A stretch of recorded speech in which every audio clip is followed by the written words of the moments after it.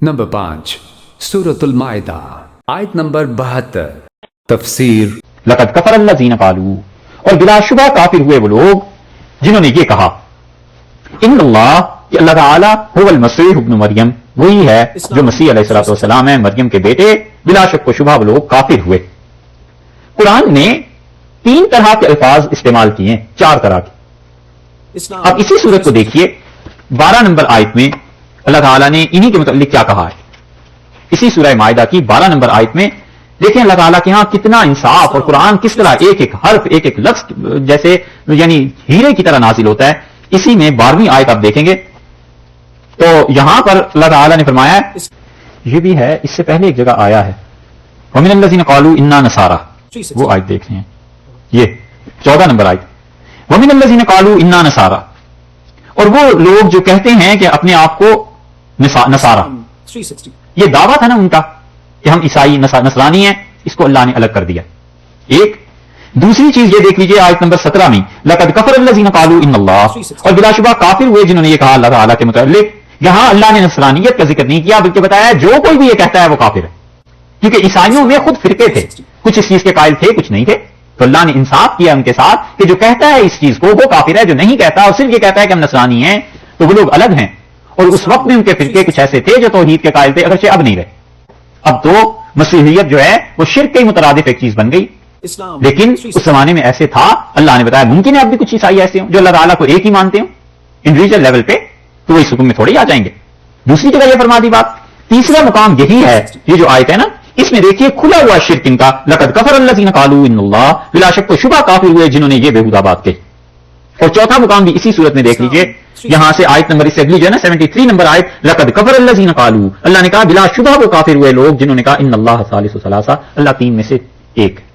तो अलग अलग कर दिया कि जो तस्लीस के कायल हैं वो भी काफिर हैं, जो ऐन अल्लाह और असली मसीह अलैहिस्सलातु वस्सलाम में फर्क नहीं करते वो भी काफिर हैं, और जो नसारा हैं वो शोबा एक अलग है। तो कुरान सबको अलग-अलग कैटेगराइज करता है। इसलिए इरशाद में ये आयत पहले भी गुजरी है, लक़द कफ़र अल्लज़ीना क़ालू, बिलाशक व शुबा वो लोग काफिर हैं जिन्होंने कहा क्या बात कि इन्नल्लाह, कि अल्लाह ताला हुवल मसीह इब्न मरियम, वो वही है मरियम के बेटे जो ईसा अलैहिस्सलातु वस्सलाम थे। लियाज़ु बिल्लाह, ला इलाहा इल्लल्लाह। वक़ाल अल मसीह, और मसीह बोले सैयदना ईसा अलैहिस्सलातु वस्सलाम, उन्होंने कहा या बनी इसराईल अबुदुल्लाह, ए बनी इसराईल अल्लाह की इबादत करो, रब्बी व रब्बकुम, जो रब है मेरा और तुम्हारा। ये ईसा अलैहिस्सलातु वस्सलाम का वाज है जो खुदा ने नकल किया है, और अल्लाह ने कहा है उन्होंने तो ये पैगाम दुनिया को दिया था, इन्नहु बिलाशुबा मैं युशरिक बिल्लाह, इन्नहु हु की ज़मीर अल्लाह की तरफ लौट रही है कि बिलाशुबा हु अल्लाह ने मुकर्रर किया है, इन्नहु यानी उसने ये बात कही है अल्लाह ने, मैं युशरिक बिल्लाह, जिसने शरीक ठहराया अल्लाह के साथ किसी को, फकद हर्रम अल्लाहु अलैहिल जन्नह, सो हराम की अल्लाह ने उस पर जन्नत, व मावाहुन नार, और उसका ठिकाना दोज़ख है, व मा लिज़्ज़ालिमीन मिन अंसार, और जालिमों का कोई मददगार नहीं। ये जुमला किसका है? दोनों तरफ मुफस्सिरीन गए, वो कहते हैं कि ये सारा जुमला सैयदना मसीह अलैहिस्सलातु वस्सलाम का है, उन्होंने अपनी कौम को बनी इसराइल को यह पैगाम दिया।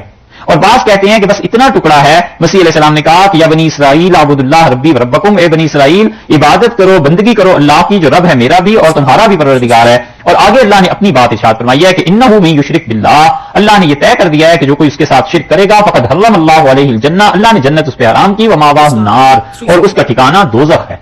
कोई अमल सालेह का यहां जिक्र नहीं किया ना, सिर्फ ये कहा है कि जिसका अकीदा दुरुस्त है उसका ठिकाना जन्नत है। ये दलील है इसकी कि मुजर्रद सिर्फ ईमान भी इंशाअल्लाह क़यामत में काम आ जाएगा। और इससे सबक सीखना चाहिए उन लोगों को भी जो कहते हैं जी बस हमारा क्या, हम तो मुसलमानों के घर पैदा हुए हैं ना, हम कोई असली मुसलमान थोड़े ही हैं। अरे कि जो अकीदा है ना तौहीद का और इस्लाम का, शुक्र करो इस पर भी मौत आ जाए, अल्लाह का एहसान मानना चाहिए। कहीं और पैदा हो गए होते तो फिर क्या होता। तिरमिज़ी में एक रिवायत आई है, रसूलुल्लाह सल्लल्लाहु अलैहि वसल्लम फरमाया जहन्नम नहीं भरेगी, और अल्लाह ताला कहेंगे कि ईमान वालों को इससे निकालो और इसके इवज में एक एक काफिर को डालते चले जाओ। तो हदीस की बड़ी शरह है। एक साहब को ऐसे ही खामखा हदीस पे एतराज था, तो उन्होंने ये हदीस सुनी तो कहने लगे कि ये क्या बात हुई जी, वो उस काफिर का क्या कसूर है कि उसे जहन्नम में डाल दिया और मोमिन को बचा लिया, इसने कौन से किस चीज का क्रेडिट इसे मिला। तो हमने इसके हमने कहा भाई फर्ज कर लो क़यामत में मामला पेश आ ही जाए और कह दें अल्लाह ताला हमारे मुताल्लिक कि इसको जहन्नम से अलियाज़ुबिल्लाह निकाल लो और इसकी जगह लेनिन को, स्टालिन को किसी को फेंक दो, हम तो शुक्र करेंगे बारी ताला का, अल्लाह तेरा एहसान है, तेरी मेहरबानी। और तुमसे जब कहें तो तुम पहले अल्लाह से कहना कि अल्लाह इसने क्या कसूर किया, क्यों से डाल रहे हैं, हमें क्यों जन्नत में भेज रहे हैं। ये ऐसे ही है। شکر کرنا چاہیے. 360. ہر چیز کی علت اور ہر چیز کی وجہ تھوڑی سمجھ میں آ سکتی. عقل محدود ہے اور نبوت بہت بڑا مقام ہے, لوگ اس تک پہنچ نہیں سکتے. 360. اس لیے محض اس پہ کہا ہے کہ جس نے اللہ کے ساتھ شرک کیا فقط حرم اللہ علیہ الجنہ, اللہ نے جنت اس پہ حرام کر دی. تو بھائی غنیمت ہے مسلمانوں کے ہاں جو پیدا ہو گئے اور اسی اسلام پہ موت آ جائے. ہونی تو مومن کی موت واقعی ایسی ہونی چاہیے شاندار, لیکن فرض کر لو جتنا بھی گناہ گار ہے اگر خدا کی توحید کا عقیدہ محفوظ ہے, حضور اکرم صلی اللہ علیہ وسلم کی نبوت اور ختم نبوت کا عقیدہ محفوظ ہے, خلافت راشدہ کو مانتا ہے, تقدیر کا قائل ہے, قیامت کا قائل ہے, اعمال میں جتنا بھی گیا گزرا ہے نا, یہ عقیدہ اسے ایک دن نفع پہنچا کر رہے گا, ٹھیک ایسے ہی جیسے کافر کو اس کا کفر ایک دن نقصان پہنچا کر رہے گا. اس لیے یہاں پر کسی عمل کا ذکر نہیں کیا, یہ فرمایا ہے کہ مقرر کر دیا ہے, اللہ نے طے کر دیا ہے کہ جو اللہ کے ساتھ شرک کرے گا اس پر جنت حرام ہے. اور اس کا مفہوم مخالف یہ نکلا کہ جو اللہ کے ساتھ توحید کا قائل ہوگا جنت اس کے لیے اللہ کے ہاں سے, اللہ اپنے فضل سے اپنی مہربانی سے اسے عنایت کریں گے, بندہ کیا اس کے اعمال کیا. ومأواہ النار, اور اس کا ٹھکانہ دوزخ ہے. جو مشرک ہے تو مومن کا ٹھکانہ جنت, اس سے نتیجہ نکل آیا وما للظالمین من انصار, اور کوئی نہیں ہے جو گناہگاروں کی مدد کرے. Islam. ایک تفسیر تو اس کی یہ کی گئی ہے کہ جو لوگ بھی شرک کرتے ہیں, حضرت مسیح علیہ السلام کو اللہ کا شریک ٹھہرائیں یا کوئی بھی کسی کو بھی شریک ٹھہرائے, قیامت کے دن کوئی ان کی شفاعت کرنے والا نہیں ہے, کوئی ان کی سفارش نہیں کرے گا. شفاعت ہوگی تو اہل حق میں ہوگی.